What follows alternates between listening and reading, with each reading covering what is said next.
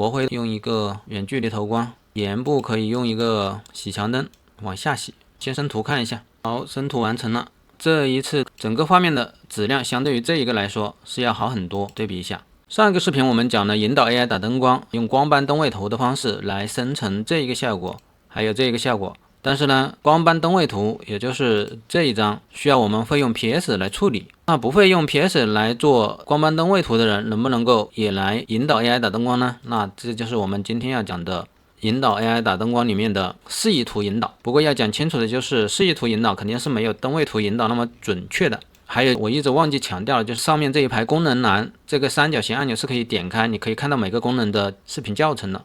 那么示意图引导是怎么做呢？还是把这张图拖过来，只要你丢进去，它就会把这张图压暗。你想让它明亮一点，可以通过这个透明度来控制。那么为什么要暗一点？其实就是为了我们画这个图标，让 AI 能够更好的识别。这里我先返回，然后开始画。比如说我现在想要在这个顶部画一个蓝色的线条灯，做示意的话就是用蓝色的线条来画这个线条灯所在的位置。那么这个线条有点粗，可以通过这里来控制。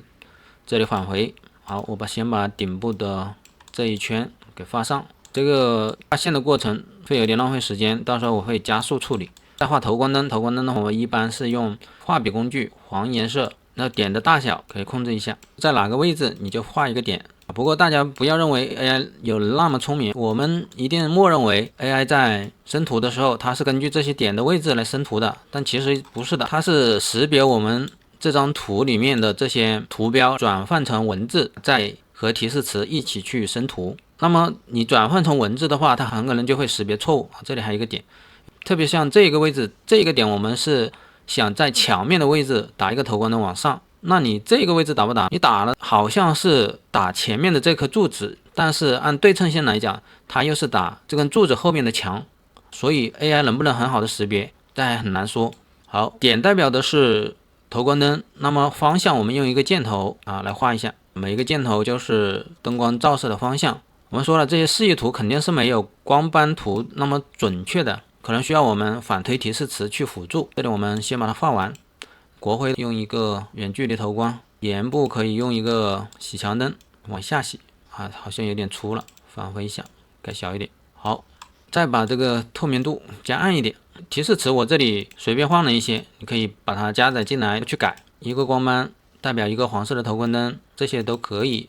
没有的是这个白色的圈，我们可以写一下，白色圆圈内是远距离投光照射。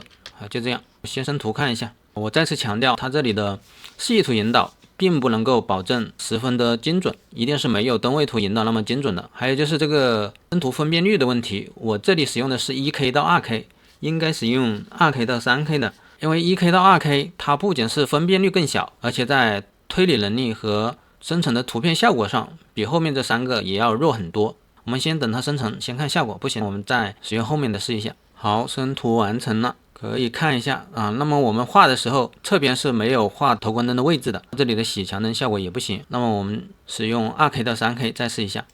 好，生图完成了。这一次看一下，这边也没有很好的控制住，但是这个洗墙灯效果可以的，整个画面的质量相对于这一个来说是要好很多，对比一下。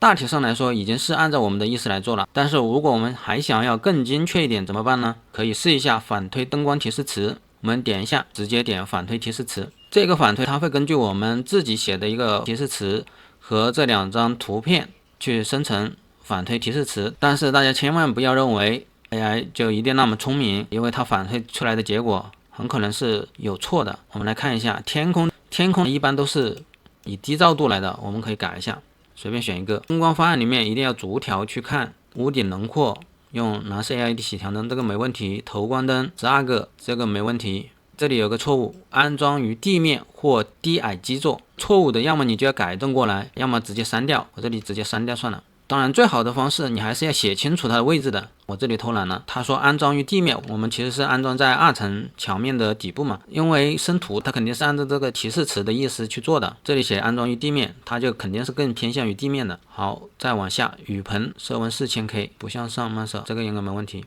远距离投光，白色圆圈内由远处高感投光灯照射也可以。好，灯光方案这里应该可以了，我们再继续往下，这里我就不浪费时间了。好，提交。再生图。好，生图完成了。这一次除了这里的向下的洗墙灯不对头外，这里的头光灯现在是 OK 的，比上一次要控制的好。可以看一下，前面这里我们没有示意它打灯光，它打了，这一次它就没有打。但是这里的洗墙灯没有了。那有没有一种方法说我们可以直接结合这两张图，把这一张图的洗墙灯效果放到这张图中来？这是可以的，因为我们现在这个编辑指定区域是有图层的，我们完全可以把这张图的沿部的洗墙灯剪切下来，放到这张图的对应的位置就 OK 了。这个功能我们下次再演示，这里继续讲引导 AI 打灯光。这个沿部它不准确，我们先看一下是不是提示词的问题，也就是雨棚沿部，就是这一段入口雨棚下沿安装白色 LED 洗墙灯，从上至下连续匀亮，这个有问题，好像连续洗亮，试一下，洗亮雨棚沿部，色温4000K。这个给它去掉，沿部金属石材底面不向上漫射，这些都可以去掉。好，确定。好，我们再生图。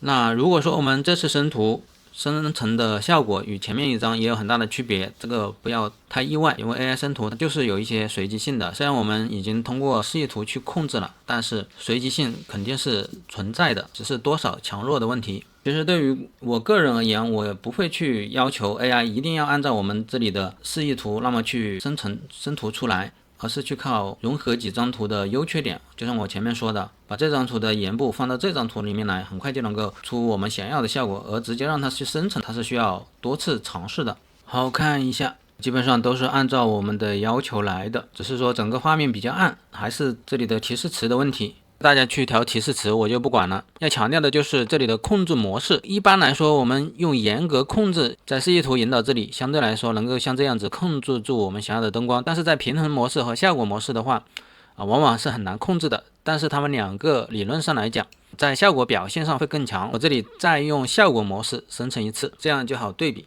好，看一下，我们用效果模式生成的整体画面是更明亮的，但是它的灯光控制显然就没有严格模式那么好。比如说我们没有要求平面灯亮起来，侧面的墙面我们没有要求它有灯光，它也打了。这个位置本来是需要的，它又没有。